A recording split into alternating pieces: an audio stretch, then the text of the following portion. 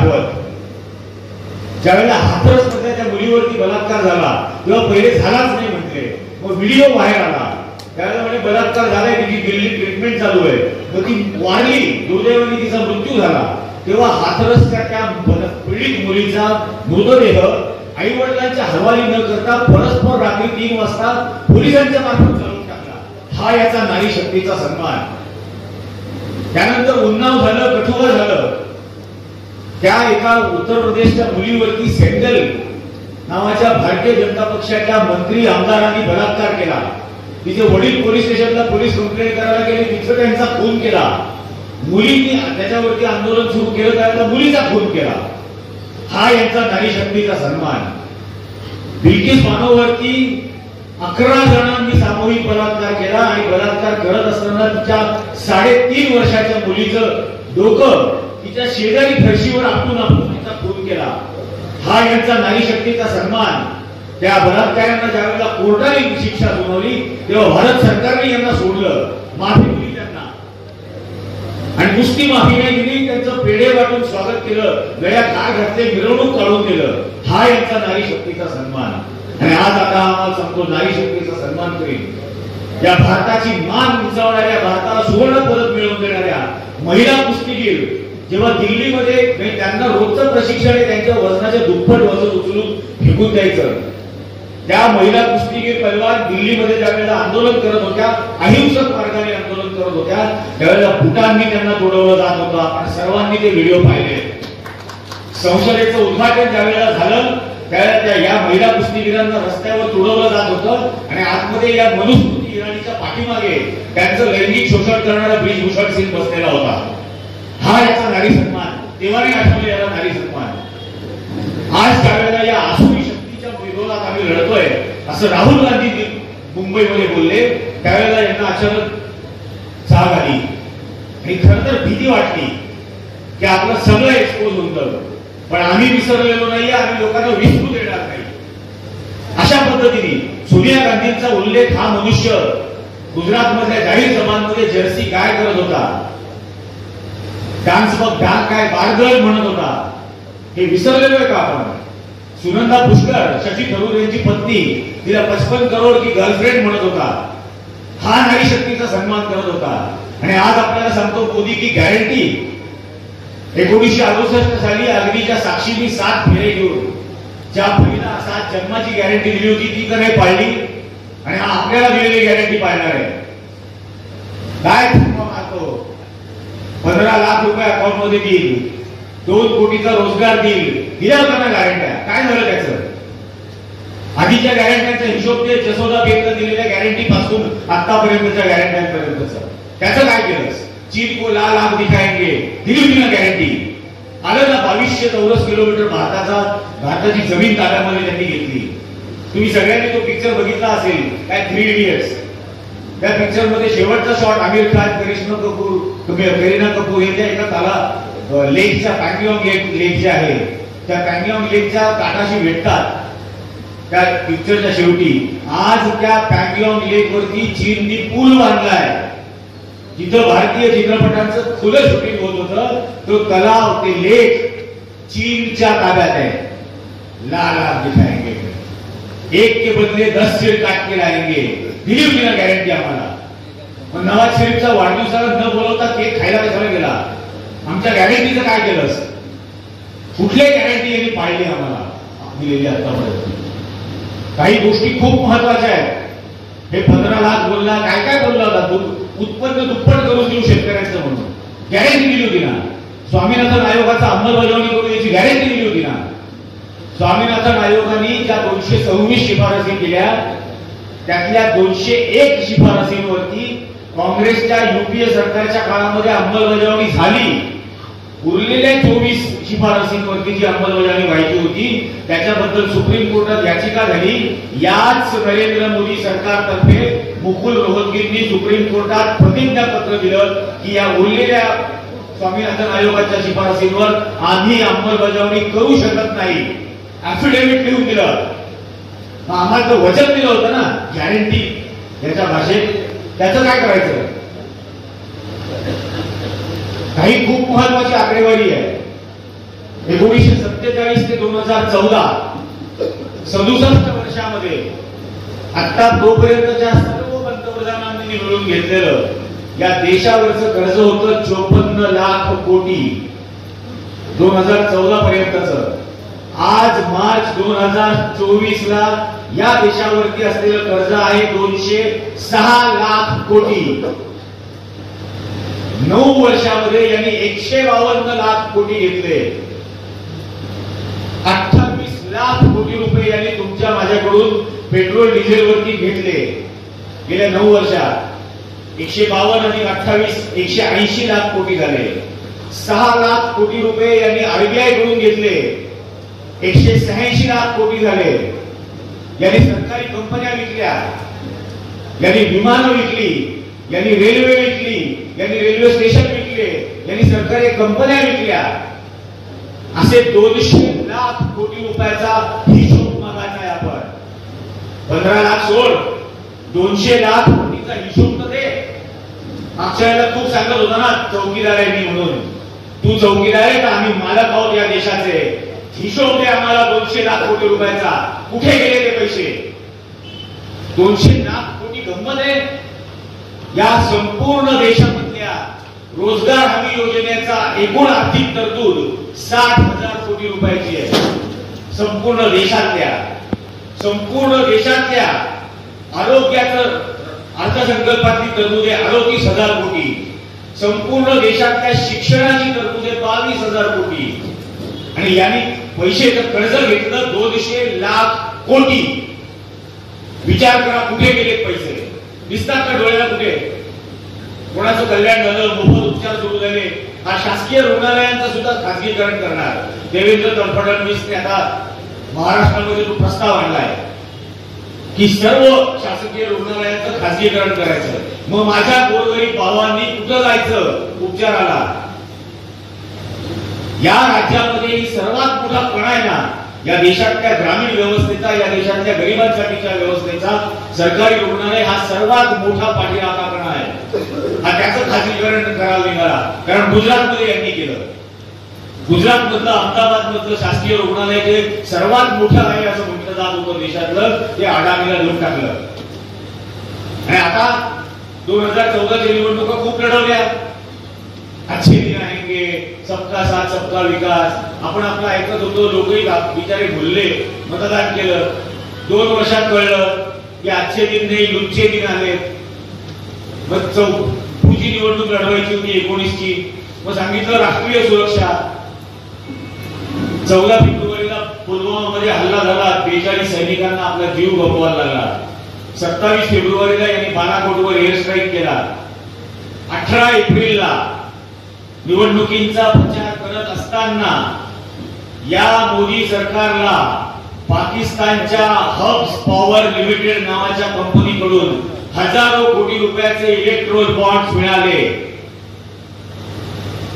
भारतातल्या निवडणुकांचा प्रचार करताना याच्या पक्षाला मदत मिळत होती पाकिस्तान मधल्या कंपनीतून.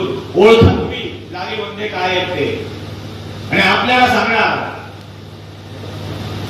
राष्ट्राची अस्मिता काय, देशभक्ती काय, प्रेम काय, हे कोणाला फसवणार आहे तुम्ही? आमच्या पिढ्यांनी या देशासाठी बलिदान दिलेलं आहे आणि स्वातंत्र्य त्यांनी बलिदान देऊन मिळवलंय. तुम्ही तर तेव्हा कुठेच नव्हते, हुजरेगिरी करत होते इंग्रजांची. हा इतिहास काय विसरलोय का आपण? पण या पद्धतीने आपल्याला भूलथापा द्यायच्या. आणि आता 24च्या निवडणुका राष्ट्रीय सुरक्षा या प्रश्नावर सुद्धा लढवू शकत नाही. कारण चीननी 2200 चौरस किलोमीटर जागा त्यामुळे आता त्याच्याबद्दल काही बोलायचं नाही. चीनचं नाव घ्यायला तो इतका घाबरतो की त्या चीनच्या भीतीपोटी सचिन, कोचीन, प्राचीन, अर्वाचीन हे शब्द पण उच्चारत नाही. कारण त्याच्यात चीन येतो म्हणून घाबरगुंडी यांची. आणि मग आता निवडणुका काय लढायच्या? राम मंदिर, पाकिस्तान, हिंदू खतरे में. म्हणजे इंदिरा गांधी, पंडित नेहरू पंतप्रधान होते, लाल बहादूर शास्त्री पंतप्रधान होते, गुलजारीलाल नंदा पंतप्रधान होते, इंदिरा गांधी पंतप्रधान होत्या, राजीव गांधी पंतप्रधान होते, नरसिंहराव पंतप्रधान होते, व्हीपी सिंग होते, अटल बिहारी वाजपेयी पंतप्रधान होते. तेव्हा कधी हिंदू खतरेत नव्हता. मनमोहन सिंगांच्या काळात हिंदू खतरे नव्हता. आता हिंदू पंतप्रधान, हिंदू गृहमंत्री, हिंदू मुख्यमंत्री, हिंदू महाराष्ट्राचा गृहमंत्री आणि देशामधला हिंदू मात्र कसं काय आमच्या पोटा पाण्याचे प्रश्न जास्त महत्वाचे आहेत. काय झालं त्या काळात राम मंदिराच्या वेळेला आमच्याकडे नाशिकमध्ये ते घेऊन फिरत होते काय अक्षता आमच्याही बिल्डिंग मध्ये आले. माझ्या बिल्डिंग मध्ये काही भक्त संप्रदायाचे लोक राहतात, भक्त म्हणजे यांचा भक्त संप्रदाय, आणि आले बिल्डिंग मध्ये म्हणे की अक्षता बोर्ड लावलेला होता त्या गाडीवरती अक्षता वाटप. तुम्ही म्हटले हे काय असतं अक्षता? तो म्हणजे काय तांदूळ? तो म्हणता अरे तांदूळाला अक्षता म्हणतात, ज्याला क्षती येत नाही असा तांदूळ. अक्षता क्षती येत नाही म्हणून हे अक्षता जे लिहिलेले ते काय असतं? त्याला काही कळेल ना की आपण वेळेपर्यंत गेले आता काय करायचं. म्हणजे हे जे लिहिलंय ना ते घेऊन ये तेव्हा आतमध्ये यायचं, नाही तर नाही यायचं. म्हणजे असं काय करता रामायणामध्ये आपल्या नाशिकचं केवढं महत्व आहे म्हटलं, मग अनन्यसाधारण महत्व आहे. भारतामधलं पहिलं अपहरण नाशिकला झालं सीतेचं, नाशिकहून सीतेला पळवून नेलं म्हटलं अनन्यसाधारण महत्व आहे. आता म्हटलं तू वाढला विषय म्हणून मी विचारतो, अपहरण झालं कसं रे बाबा? म्हटलं की लक्ष्मण रेषा आतून गेला होता, लक्ष्मण सीतेला बजावून गेला होता की ती ओलांडून बाहेर यायचं नाही, आणि आतमध्ये ओलांडून कोणी आलं तर जळून जाईल म्हणून सांगितलं होतं. मग रावण का नाही जळला? तर म्हणे नाही सीता ओलांडून बाहेर गेली. म्हटलं का बरं? तिला तर बजावलं होतं. म्हणे त्याला भिक्षा द्यायला गेली. म्हणजे अरे त्या रावणाची लंका सोन्याची होती, त्याला भिक्षा द्यायला गेली. तर म्हणजे तो साधूच्या वेशात आला होता. म्हटलं मग बाळा आपण लहानपणी निर्मल आठवड्याच्या गोष्टी का बरं वाचायचो? त्याच्यातून काहीतरी बोध घ्यायचा म्हणून वाचायचो ना. मग रामायणातला पहिला बोध हा आहे की साधूच्या वेशात येणाऱ्यांपासून सावध राहा.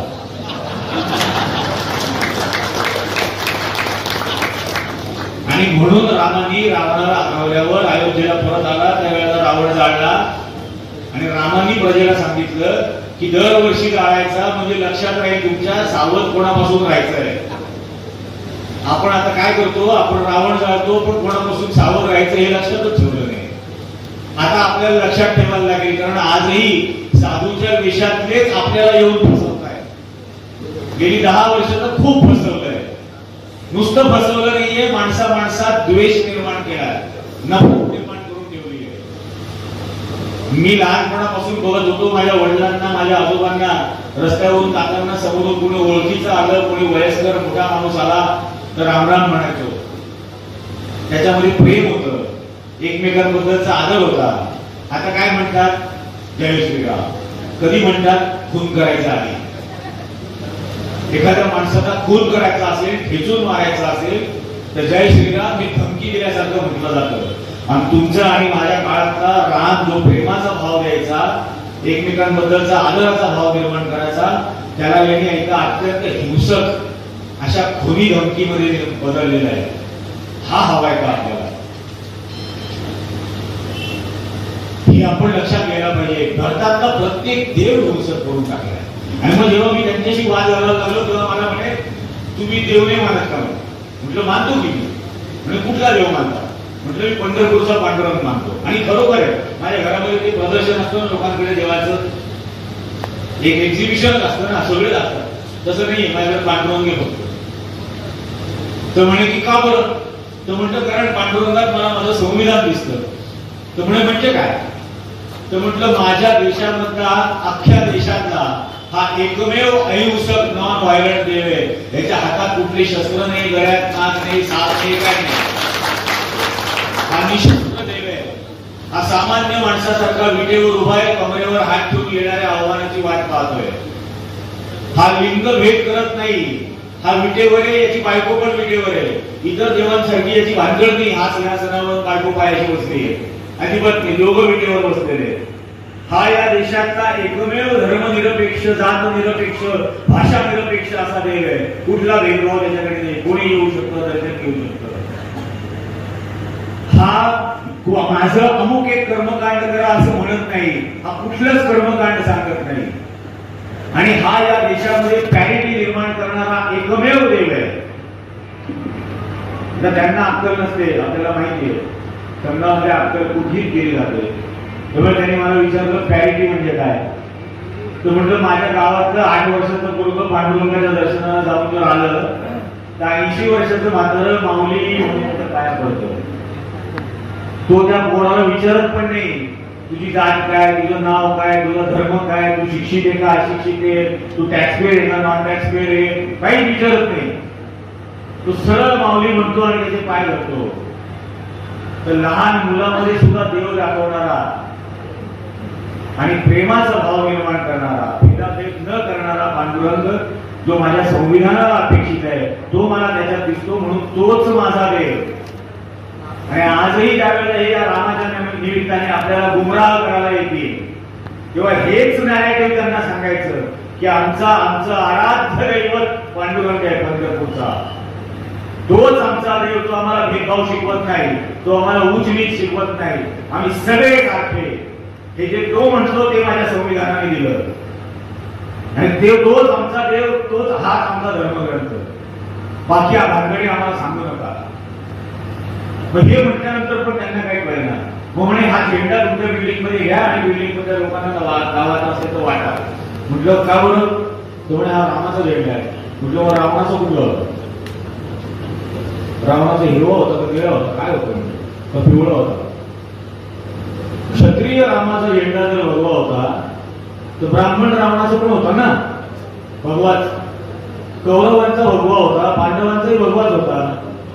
म्हणजे आपापसात लढले, लाखो लोकांचे जीव घेतले. बाबा याच्यापेक्षा माझा तिरंगा बरा आहे माझ्या बिल्डिंग मध्ये, तुम्ही आजमध्ये नका येऊ म्हटलं, मेहरबानी करा. आणि मग ते गेले तिथून निघून. पण या गोष्टी आपल्याला सांगाव्या लागतील या सगळ्या काळात. म्हणजे आज जर का तो रामसेतू असता श्रीलंकेला जाणारा तर नरेंद्र मोदी तो रामसेतू सुद्धा अडाणीला घेतला असता आणि सांगितलं असतं लाव टोल आणि पाठव श्रीलंकेला. आज ही अवस्था करून ठेवलीच ना आपली भ्रष्टाचार मुक्त म्हणून. कसला भ्रष्टाचार मुक्त? तो नागपूर ते मुंबई पर्यंतचा समृद्धी हायवे बनवायला घेतला फडणवीसनी आणि समृद्धी हायवे 701 किलोमीटर लांबीचा 600 किलोमीटर बनला. त्यांनी सांगितलं याच्यासाठी 56,000 कोटी रुपये खर्च आला. तुमच्या फोन मध्ये कॅल्क्युलेटर ना काढा, 56,000 भागिले 600 करा, खरंच करून बघा. 1 किलोमीटर लांबीला 90 कोटी रुपये एवढा खर्च. 1 मीटरला 9 लाख रुपये. 3 फूट 1 फूट रस्ता बांधायला 3 लाख रुपये. तुम्ही आम्हाला काही दूध खोळा समजता की भ्रष्टाचार नाही झाला? कोरोनाच्या काळामध्ये काय झालं? तुम्ही आणि मी 800 रुपये भरून लस विकत घेतली ना. 800 रुपयाला लसीचा 1 डोस, 1600 रुपये दिले, 2 डोस घेतले. दवाखान्याच्या बाहेर आलो तिथे बोर्ड लावलेला होता थँक्यू मोदीजी. का बरं? सोडा काढून म्हणावासा वाटला त्या पोर्टलवरती. पैसे मी दिले आणि थँक्यू मोदीजी. माझ्या आयुष्यावर मी किती लसी घेतल्या, मी पोलिओच्या घेतल्या, आणखी कुठल्या लस मला दिल्या सरकारने, मोफत दिल्या ना. कधी माझ्याकडून पैसे घेतले? आणि अख्ख्या जगावर आपत्ती आली त्याला तुम्ही आमच्या खिशातून पैसे काढत होता. आणि कुठल्या वेळी काढत होता? ज्यावेळेला कंपन्या बंद, ऑफिसेस बंद, दुकानं बंद, सगळे धंदे बंद, व्यवसाय बंद, त्यावेळेला आमच्या खिशातून तुम्ही लूटमारा करत होता. तेव्हा 1600 रुपये आमच्या खिशातून काढले. तुम्ही आम्हाला सांगता भ्रष्टाचार नाही केला. कोविशिल्ड आणि कोवॅक्सिन या 2 लसी दिल्या. त्यातली कोवॅक्सिन ही लस एकही टेस्टिंग न करता सरकारने त्यांना विकण्याची परवानगी दिली. एकही टेस्ट नाही करता ही योग्य आहे की नाही? आणि आज जगामध्ये पहिल्यांदा भारतावरती अशी नामुष्की आलेली आहे 75 वर्षात की ब्राझील सरकारने भारत सरकारवर कोर्टामध्ये दावा दाखल केलेला आहे की टेस्टिंग न केलेली कोवॅक्सिन ही लस आम्हाला पाठवली यांनी म्हणून. न्यूयॉर्कच्या कोर्टामध्ये अमेरिकन सरकारने भारत सरकारवर दावा दाखल केला आहे की एक अमेरिकन नागरिकाचा खून करण्याचा कट भारत सरकारने केला म्हणून. इतकी लाजिरवाणी नामुष्कीची अवस्था यांनी आणून ठेवलेली आहे, भारतातली जगात आणली आहे. आणि काय भाषा करतात? म्हणजे ज्या माणसाच्या नावाने, मनमोहन सिंगांच्या नावाने ऑक्सफर्ड आणि केम्ब्रिज या जगातल्या 2 नंबर टॉपच्या विद्यापीठांमध्ये अध्यासन आहे, त्यांच्या नावाने स्कॉलरशिप दिली जाते ऑक्सफर्ड आणि केम्ब्रिज मध्ये. त्यांना म्हणायचं मौनी बाबा आणि त्याच्या डिग्रीचा थांबवता नाही त्याला म्हणायचं विश्वगुरु. आपण काय अडाणी व्हायला लागलोय का? शिकले बसलेलं आपण सोडून द्यायला लागलोय का? विचार केला पाहिजे ना, हा हे काय चाललेलं आहे, कुठल्या दिशेने देव पाहत आहे. आणि प्रत्येक क्षेत्रामध्ये अत्याचार केले. हे मी महिलांचं उदाहरण मगाशी सांगत होतो. हाच नरेंद्र मोदी बंगालच्या जाहीर सभांमध्ये रस्त्यावरच्या मवाल्यासारखं दीदी हो दीदी करत होता की नाही? बघितलं ना आपण. ही भाषा आहे या देशामध्ये. आपल्या देशाचे एक अत्यंत सुसंस्कृत गृहमंत्री व्यासपीठावर आहे, मंचावरती आहे. आणि आत्ताचा देशाचा गृहमंत्री तडीपार नंबर 1 370चं कलम त्यावेळेला भारताच्या लोकसभेमध्ये यांनी मांडलं. त्या दिवशी एका खासदारांनी विचारलं की काश्मीर बद्दलचा प्रस्ताव आणताय तर सभागृहामध्ये काश्मीरचे फारुख अब्दुल्ला का दिसत नाहीत? तेव्हा हा तडीपार गृहमंत्री असं म्हणाला, गणपट्टी पे बंदूक रख के थोड़ी मैं उनको लेके आ सकता था. ही भाषा आहे गृहमंत्र्याची. ही एका गँगस्टरची भाषा आहे, मवाल्याची भाषा आहे. गणपट्टी पे बंदूक रख के लेके आओ क्या? अरे ज्या संसदेच्या सभागृहाला बाबासाहेब आंबेडकर, पंडित नेहरू यांच्यासारख्या थोर माणसांनी शोभा आणून दिली, एक पावित्र्य निर्माण करून दिलं, त्या सभागृहामध्ये तू अशी सडकछाप भाषा वापरतो. गणपती पे बंदूक हा देशाचा गृहमंत्री बोलतो. आणि हे लोक आता बोचत नाही, सहन होत नाही, माध्यमाची बातमी करत नाही. कुठल्या थराला आपण जाणार आहोत?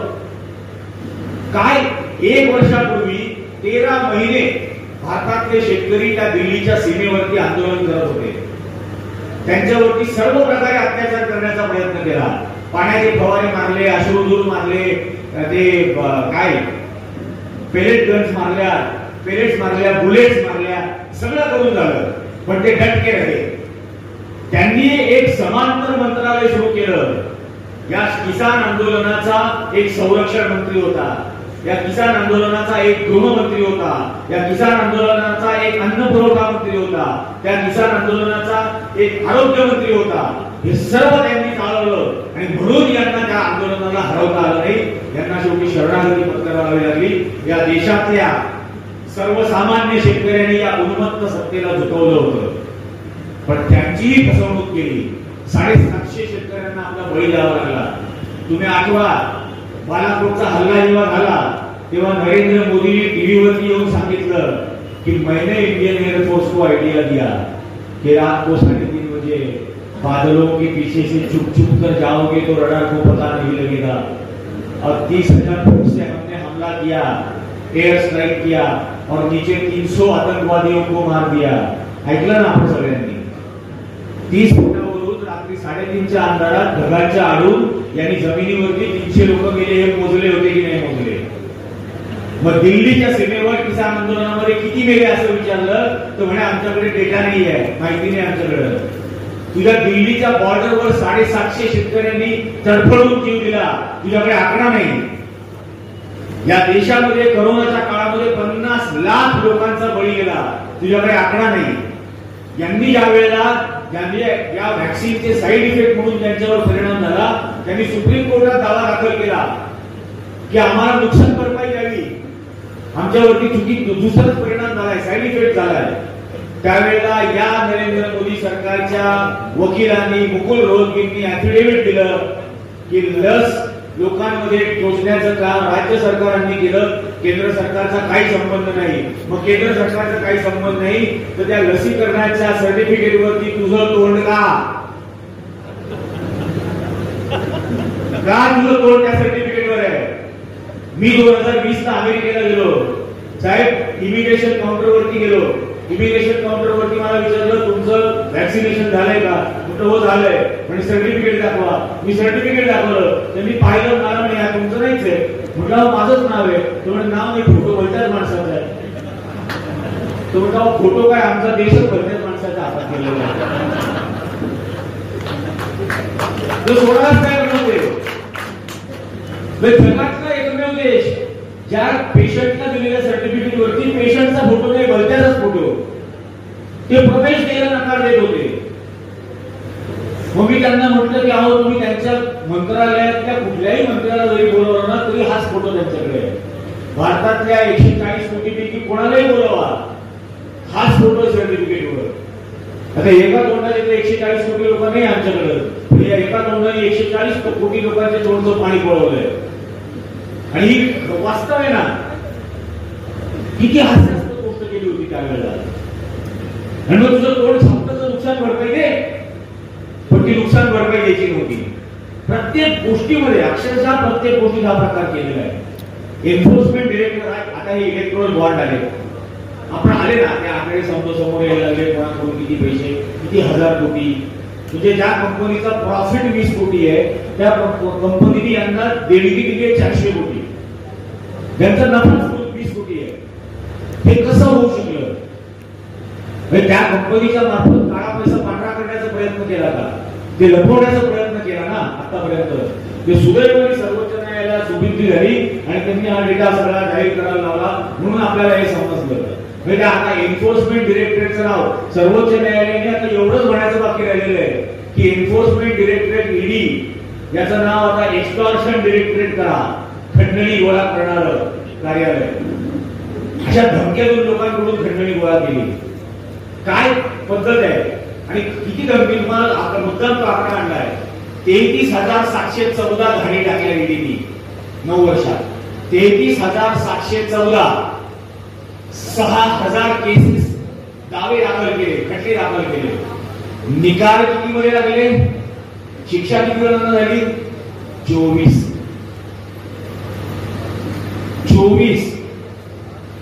33,000 धाडी आणि निकाल लागले 24. याचा अर्थ उरलेल्या सर्व धाडी फक्त घाबरवण्यासाठी केल्या जात होता. आणि ज्यांना ज्यांना घाबरवलं त्यांनी बघितलं आपल्याकडे काय झालं. महाराष्ट्रातले अग्निवीर त्याच्यातूनच आले ना, त्या धाडींच्या धमकीमधून. ती धाड पडेल धमकी, मग पक्ष सोडला. बरं सोडला तर सोडला, सुखाने नांदताना तिकडं. तिथं गेल्यानंतर काकांबद्दल वाईट बोलतात, स्वतःच्याच पवार साहेबांबद्दल. अगं काय शोधतं का, आता तुम्ही आराम करा म्हणे. पवार साहेबांना म्हणतो तुम्ही आता आराम करा. त्यांनी आराम नाही केला म्हणून 25 वर्ष तो मंत्री राहिला. त्यांनी आराम नाही केला म्हणून 5 वेळा उपमुख्यमंत्री झाला. आणि आता त्यांना म्हणतो आराम कर. त्यांनी जर आराम केला ना मग अग्निवीरच मिळेल तुला, बसण्याचा मौकाही नाही. पण हे लक्षात घेणार नाही. अशा धाडी टाकल्या धमक्या देण्यासाठी लोकांना. आज या निवडणुकांच्या निमित्ताने आता आपल्याला हा निर्धार करायचा आहे. कारण की आतापर्यंतच्या या सर्व काळामध्ये या ज्या ज्या घटना घडल्या, या एकमेव घटना याच्यातही भाग नाही. आदिवासींचं आपल्याला पुन्हा तेच उदाहरण येतं. रामाचं नाव घेतात सारखं सारखं म्हणून ते शबरीचा संदर्भ येतो. कारण राम शबरीकडे गेला, उष्टी बोलत आली. मग आमच्याकडे त्या ह्याच्यामध्ये डांग जिल्ह्यामध्ये त्यांनी तो शबरी कुंभ नावाचा आदिवासींचा कुंभमेळा आयोजित केला त्यावेळेला. कारण त्यावेळेला ती मतं हवी होती. आणि मग गेली 2 वर्ष आपण व्हॉट्सअपवरती कुठले व्हिडिओ पाहतोय, आदिवासीच्या तोंडावरती लघवी करणारे भाजपचे नेते हे पाहिले की नाही आपण. हा आदिवासींचा सन्मान यांच्या मनामध्ये आहे. मी मुद्दाम जातीभीतीचा उल्लेख नाही करणार, पण गुजरातमध्ये एका मुलाने लग्न केलं आणि घोड्यावरून वरात काढायला निघाला तेव्हा तुझ्या जातीला वरात काढण्याचा अधिकार नाही असं म्हणून खाली घेतलं आणि नवरदेवाला मारून टाकलं. लखनौजवळ एका गावामधल्या एका माणसाने मंगळवारी त्याचं सलून चालू ठेवलं. तर देवीच्या दिवशी तारखेत दिवसाला तू सलून कसं काय चालवतो म्हणून गळा चिरला वस्ताऱ्यांनी त्याचा. हा त्यांचा सन्मान आहे. लखीमपूर खिरीला याच मोदींच्या मंत्रिमंडळातल्या एका मंत्र्याच्या मुलांनी 5 शेतकरी त्याच्या जीपच्या खाली चिरडून ठार मारले. आज तागायत त्याची शिक्षा नाही, त्याच्यावर केस नाही, काहीच नाही. हा याचा सन्मान आहे या देशातल्या अन्नदात्याबद्दल. आणि हे ज्या वेळेला आत्ता आंदोलनाच्या वेळेला सुरू झालं तेव्हा अत्यंत कृतज्ञपणाने निर्लज्जपणाने भाजपवाल्यांनी काय सुरू केलं, तो अन्नदाता नाहीये, आम्ही पैसे देऊन विकत घेतो. म्हटलं बरं काय पैसे देऊन विकत घेतो, म्हणजे गहू विकत घेतो, तांदूळ विकत घेतो, डाळी विकत घेतो. म्हटलं बरं तू जे विकत घेतो त्याची किंमत कोणी ठरवलेली असते. म्हणजे त्या दुकानदारांनी, म्हणजे दुकानदार जिथून विकत घेतो त्याची किंमत कोणी ठरवली असते. म्हणजे त्या व्यापाऱ्यांनी म्हटलं व्यापारी त्याच्याकडून विकत घेतो ती किंमत कोण ठरवतं? तो उत्पादक नाही ठरवत, ते सरकार ठरवतं. म्हणजे तुम्ही लोक, माझा बापही 88व्या वर्षापर्यंत शेतीच करत होता. म्हणजे आपण बियाणं विकत घ्या जीएसटी द्या, औषधं विकत घ्या जीएसटी घ्या, खत विकत घ्या जीएसटी द्या.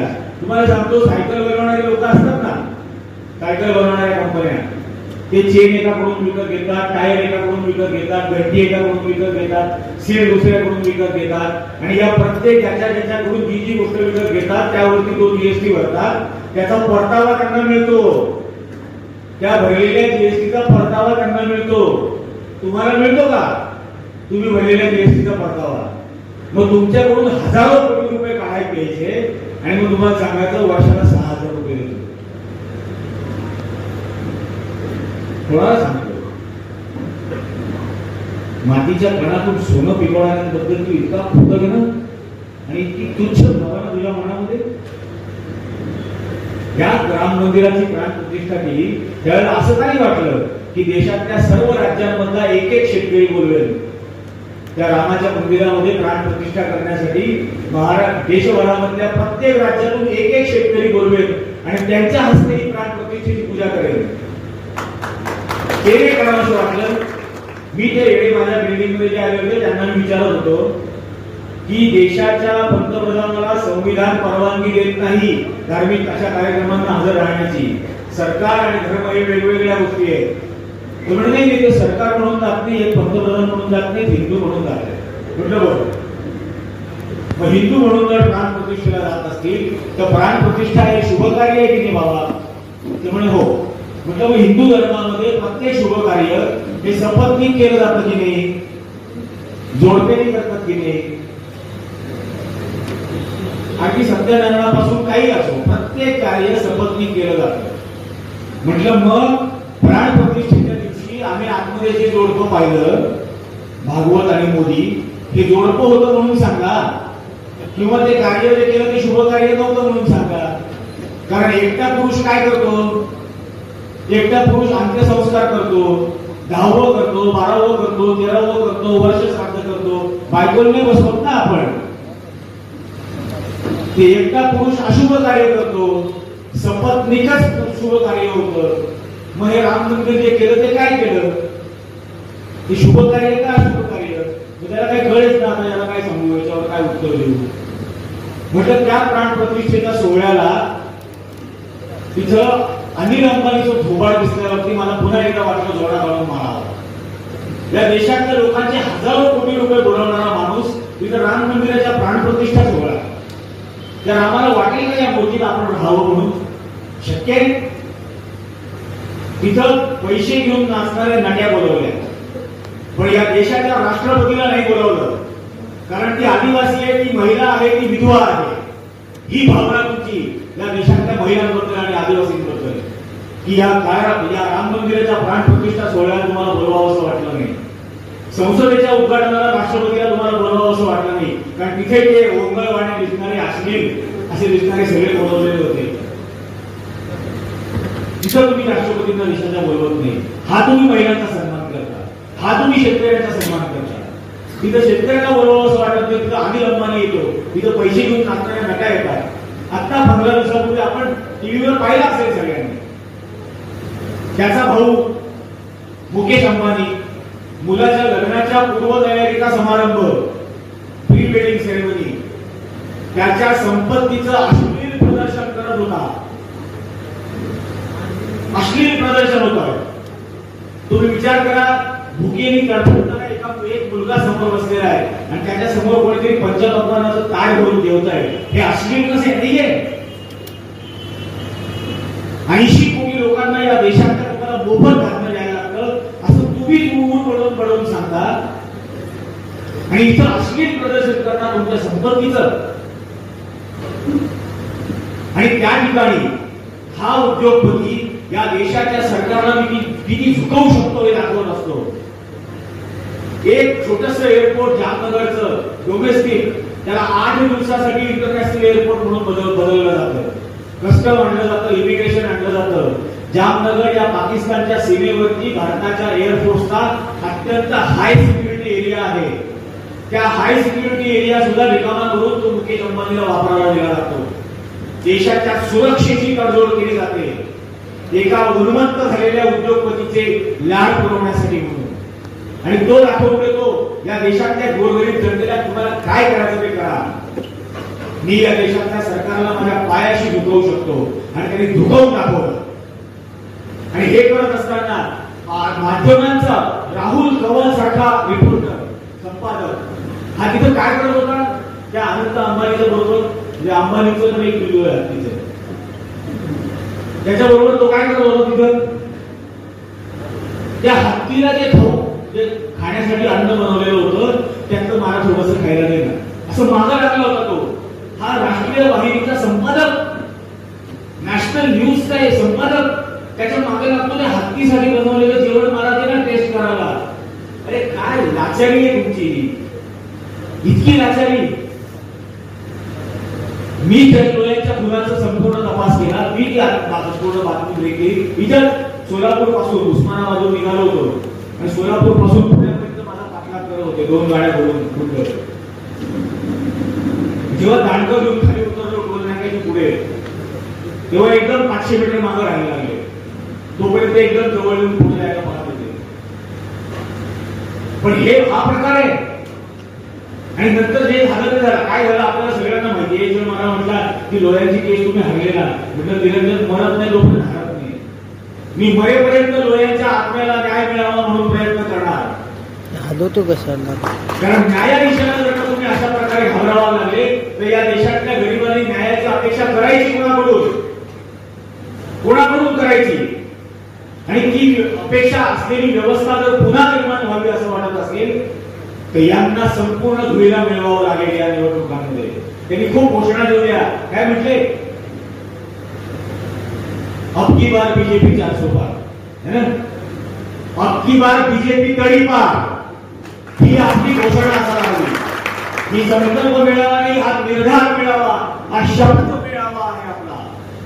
आपण हा शपथ घेतलीच पाहिजे की अशा पद्धतीने या देशातल्या गोरगरीब सामान्य मागासवर्गीय दलित अल्पसंख्याक शेतकरी मजूर कामगार या प्रत्येकावरती अन्याय करणारा अत्याचार करणारा त्याचं शोषण करणारा हे सरकार आम्ही उधळून लावल्याशिवाय राहणार नाही. आणखी एक गोष्ट मुद्दाम सांगतो की ज्या वेळेला या देशाच्या मातीमध्ये गांधींचा घाम मिसळतो तेव्हा या देशातल्या सामान्य माणसांनी अशी उन्मत्त झालेली प्रत्येक सत्ता उधळून लावलेली आहे. तो महात्मा गांधींचा घाम असेल, तो इंदिराजींचा असेल, तो राजीवजींचा असेल. गेल्या 1.5 वर्षापासून राहुल गांधी घाम गाळत आहेत, वणवण फिरतायत हजारो किलोमीटर या देशात. याच्यामधून निर्माण होणारी ऊर्जा जी सामान्य माणसाची आहे ती या उन्मत्त झालेल्या सत्तेला 100% उधळून लावेल. या निवडणुकांमध्ये मला खात्री मी सगळ्या महाराष्ट्रात फिरतोय. 2 वर्षापासून मी स्वतःच प्रयत्न सुरू केले होते आणि त्यावेळेला मी लोकांना हे सांगत होतो की राजकीय पक्षांची आघाडी बनो का न बनो, मतदारांची महाआघाडी बनली पाहिजे. आणि मतदारांनी हा निर्णय घेतला पाहिजे की कोणत्याही परिस्थितीत ही सरकार पुन्हा येऊ देणार नाही. कोणत्याही परिस्थितीत तुमच्या माझ्या मुलाबाळांच्या भवितव्याची त्यांच्या सुरक्षिततेचा प्रश्न आहे हा. आज जर आपण हे नाही केलं तर आपली मुलं म्हणतील की माझा बाप घाबरट होता, तो लढला नाही, त्यावेळेला लढण्याची वेळ होती. माझ्या मुलीला अशी शरम वाटावी अशी वेळ मी तरी येऊ देणार नाही. तुम्ही प्रत्येकाने आपापल्या मनाशी ठरवायचं आहे की आपल्या पोरांना आपली लाज वाटावी का आपला अभिमान. खरोखर सांगतो, तळमळीने सांगतोय, आपल्याला आपली लाज वाटावी का अभिमान हे आपण ठरवायचं आहे. आणि निकराने प्रतिकार करायचा, यांना हरवायचंच आहे कुठल्याही परिस्थितीत. सोलापूर लोकसभा मतदारसंघातल्या प्रत्येक विधानसभा मतदारसंघात 50,000चा लीड आपण मिळवायचा आहे. आणि ही मोठी गोष्ट नाहीये. 300 सव्वा 300 बूथ आहे. एका बूथवर फक्त 150 मतांची आघाडी मिळवायची आहे. एकेका बूथवर 150 मताची आघाडी मिळवाल तर विधानसभा मतदारसंघामध्ये 50,000ची आघाडी मिळेल, 100% मिळेल. त्यामुळे विजय फक्त लोकसभा मतदारसंघात नको, प्रत्येक बूथ जिंकायचा आहे, प्रत्येक बूथ जिंकायचा आहे. आणि म्हणून माझा मित्र इथं खरं आला होता, प्रणील जांभुळे, जो आधी ते तुमचं प्रशिक्षण घेण्याचं हे करत होता. अप्रतिम काम ते करतायत महाराष्ट्रात, बरोबर सांगतो, अप्रतिम काम करतायत. ते जर का आपण उभं करू शकलो, ते जे सांगण्याचा प्रयत्न करतायत त्या बूथ मॅनेजमेंट मधला, ते जर करू शकलो, आपण 2 तासात निवडणूक फिरवू शकतो. इतका ते परिणामकारक प्रशिक्षण आहे.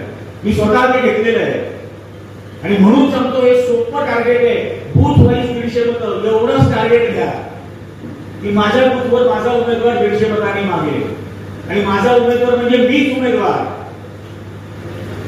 मी काँग्रेसचा प्रचार करणार, मी राष्ट्रवादी ओरिजिनल राष्ट्रवादीचा प्रचार करणार, ओरिजिनल शिवसेनेचा प्रचार करणार प्रत्येक मतदारसंघात. आणि गॅरंटी मी सांगतो, महाराष्ट्रामध्ये महाविकास आघाडी कमीत कमी 40 खासदार निवडून देईल.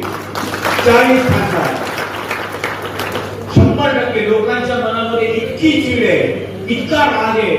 ज्या पद्धतीने महाराष्ट्राचं राजकारण नासवल्याचा प्रकार चालू आहे गेली 2 वर्ष, प्रचंड संताप आहे लोकांच्या मनात. अत्यंत असभ्य आणि असंस्कृत पद्धतीने महाराष्ट्राचं राजकारण चालवलं जात आहे आणि ती आपली परंपरा नाही. आपण पांडुरंगाचा वारसा सांगतो, आपण संत परंपरेचा वारसा सांगतो, ती आपली परंपरा नाही. आणि त्यामुळे हे आपल्या परंपरेत जे बसत नाही यांना पराभूतच करावं लागेल. आणि तो निर्धार, ती शपथ या आजच्या मेळाव्याच्या निमित्ताने आपण सर्वजण घेऊया. आणि प्राण कोणाला लागला तरी चालेल, पण कसोशीने ती पाळायची, कसोशीने ती गोष्ट पाळायची. या निमित्ताने आज तुम्ही सर्वांनी हे ऐकलं आणि हे खरोखर जाऊन बोलायचं आहे. हा 200 लाख कोटीचा हिशोब मागायचा आहे, हा हमी भावाचा हिशोब मागायचा आहे, हा भ्रष्टाचाराचा हिशोब मागायचा आहे. या सगळ्या गोष्टी आपण करायच्या आहेत. रस्त्यावरती अडवायचं भाजपचा प्रचार करणाऱ्यांना, त्यांना हे प्रश्न विचारायचे, 200 लाख कोटीचा हिशोब दे पहिले.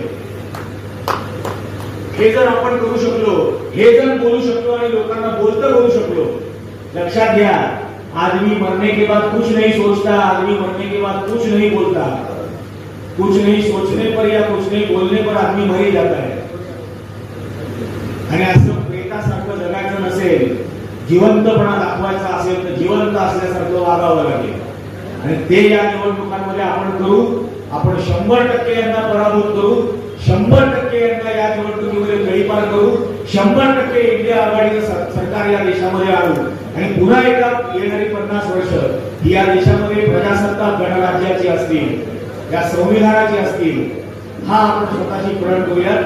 आज आपण मला आता शेतीला द्यायचा असेल वेग तर आणा समृद्धी ट्रॅक्टर्स इथून सोनालिका ट्रॅक्टर. 20 HP ते 120 HP पर्यंत सर्व मॉडेल.